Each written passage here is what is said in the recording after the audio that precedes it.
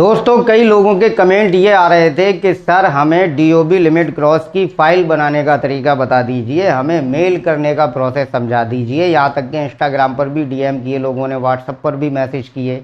एक message morning में आया कि यूट्यूब पर उन्होंने बहुत खंगाला, लेकिन किसी ने भी ईमेल करने का सही प्रोसेस नहीं समझा पाया है। तो आज के इस वीडियो में स्टेप बाय स्टेप मैं आप लोगों को बताऊंगा कि अगर आपके आधार कार्ड में आपकी date of birth limit cross हो गई है और आपने अगर उसे अपडेट करा लिया है अपने नजदीकी आधार सेवा केंद्र पर जाकर, तो आपको किस तरीके से उसकी फाइल बनाना है, आपको कैसे उसे ईमेल करना है, कौन सा डॉक्यूमेंट कौन से नंबर पे आपको स्कैन करके पीडीएफ फाइल रेडी करनी है। ठीक है, तो वीडियो में एंड तक बने रहिएगा, जरा भी वीडियो को स्किप मत कीजिएगा, क्योंकि अगर आपने इस वीडियो को जरा भी स्किप कर दिया तो इसमें आपका नुकसान है और आपको प्रोसेस समझ में नहीं आएगा। और ध्यान रखिएगा, डीओबी लिमिट क्रॉस के केस में जरा सी बारीकी वाली कमी भी जो है वो आपका रिजेक्शन का कारण बन सकती है। ये है व्हाइट बोर्ड, अब मैं इस पे आप लोगों को समझाने की कोशिश करूंगा। जैसे कि ये हमारा जो आज की वीडियो का टॉपिक है वो ये है डीओबी लिमिट क्रॉस अपडेट की फाइल कैसे बनाएं, कैसे मेल करें।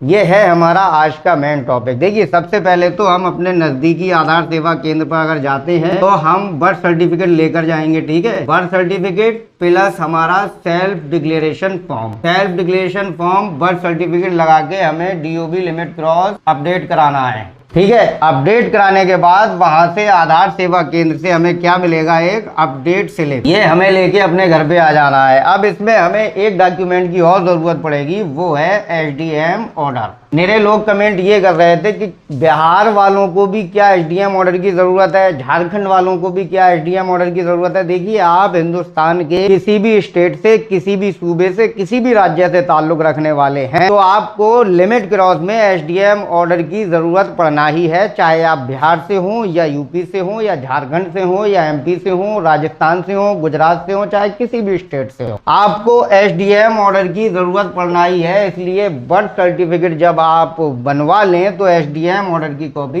जरूर निकलवा लें। ठीक है, अब आधार सेवा केंद्र से आप अपने घर पे आ गए ये अपडेट स्लिप लेकर। ठीक है, उसके बाद आप ध्यान से एक एक चीज समझिएगा। अब मेन कार्यक्रम शुरू होता है, असली काम तो अब शुरू होगा। अगर इसमें जरा भी गड़बड़ी हो गई तो हमारा आधार अपडेट रिक्वेस्ट रिजेक्ट हो जाएगा। पहले नंबर पर हमें रखना है अपडेट स्लिप। ठीक है, ध्यान से एक एक चीज देख लीजिएगा। पहले नंबर पर अपडेट स्लिप रखना है। एडिशनल स्लिप में आप जो है वो अपना अपडेट फॉर्म भी ले सकते हैं, जो आधार सेवा केंद्र पर आपने दिया है वो भी आप इसमें लगा सकते हैं। ठीक है, एक्शन वाला फॉर्म। तीसरे नंबर पर आपको अपना ओरिजिनल बर्थ सर्टिफिकेट स्कैन करना है और ये कलर एचडी क्वालिटी में स्कैन करना है। ठीक है, चौथे नंबर पर आपको अपना एसडीएम ऑर्डर स्कैन करना है। ये फाइल बन रही है हमारी। ठीक है, डॉक्यूमेंट स्कैन वाली फाइल बन रही है जो हमें मेल करना है। ठीक है, ध्यान से एक एक चीज समझते रहना। पांचवें नंबर पर आपके पास अगर 10th की मार्कशीट है और बर्थ सर्टिफिकेट में और 10th की मार्कशीट में आपकी डीओबी सेम है, ठीक है, तो उसे आप रख देंगे। अगर नहीं है तो कोई दिक्कत नहीं है, ये मैं एडिशनल डॉक्यूमेंट के तौर पर ले रहा हूं, क्योंकि आपकी डीओबी के लिए जितने डॉक्यूमेंट आपके पास सही होंगे उतनी ही जल्दी आपका डीओबी लिमिट क्रॉस सही होगा। अब लास्ट में आपको अपना आधार कार्ड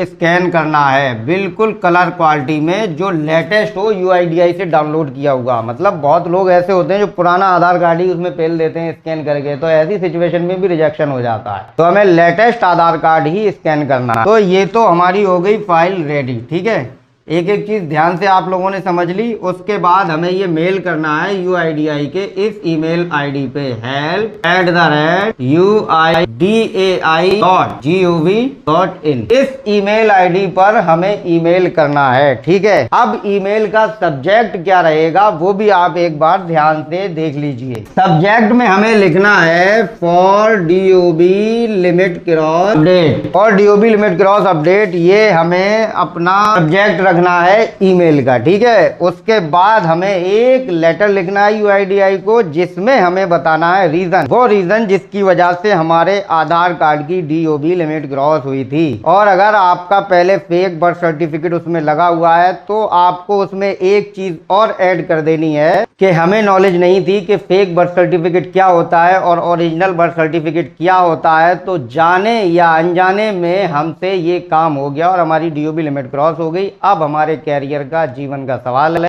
इसलिए आपसे अनुरोध है कि हमारे डीओबी लिमिट क्रॉस को सही कर दीजिए। सारे डॉक्यूमेंट हमने अटैच कर दिए हैं। ये एक एडिशनल लाइन आपको लिखनी है उस सिचुएशन में जब आपका और बर्थ सर्टिफिकेट से डीओबी लिमिट क्रॉस हुआ है, जो नेट पे शो नहीं होता है, या ऑफलाइन वाले भी पहले चला करते थे हाथ वाले बर्थ सर्टिफिकेट, उससे अगर हुआ है तब भी आप ये लाइन लिख सकते हैं। क्योंकि अगर आप ऐसे ही डाल देंगे तो उसमें ऊपर से रिप्लाई आ जाएगा कि भाई ऐसा है, पहले उस बर्थ सर्टिफिकेट को कैंसिल कराओ या करेक्शन कराओ। अब जब उसका कोई रिकॉर्ड ही नहीं होगा तो वो कैंसिल कहां से होगा? ठीक है, तो इसलिए कैंडिडेट को खुद ही पता होता है कि उसका पहले लिमिट क्रॉस कैसे हुआ है। तो मुझे उम्मीद है ये सारी चीजें आप बहुत अच्छी तरीके से समझ गए होंगे। मैंने भरपूर तरीके से समझाने की कोशिश की है। फिर भी अगर आपको कुछ समझ में नहीं आया है तो वो कमेंट करके मुझे जरूर बताएं, मैं नेक्स्ट वीडियो में उसे एक्सप्लेन कर दूंगा। और अगर आपका कोई क्वेश्चन है तो कमेंट जरूर कीजिए। कमेंट वाला वीडियो मैं जब बनाऊंगा तब आपका कमेंट पढ़ूंगा, आपके कमेंट का रिप्लाई करूंगा और आपका कमेंट स्क्रीन पर भी शेयर करूंगा।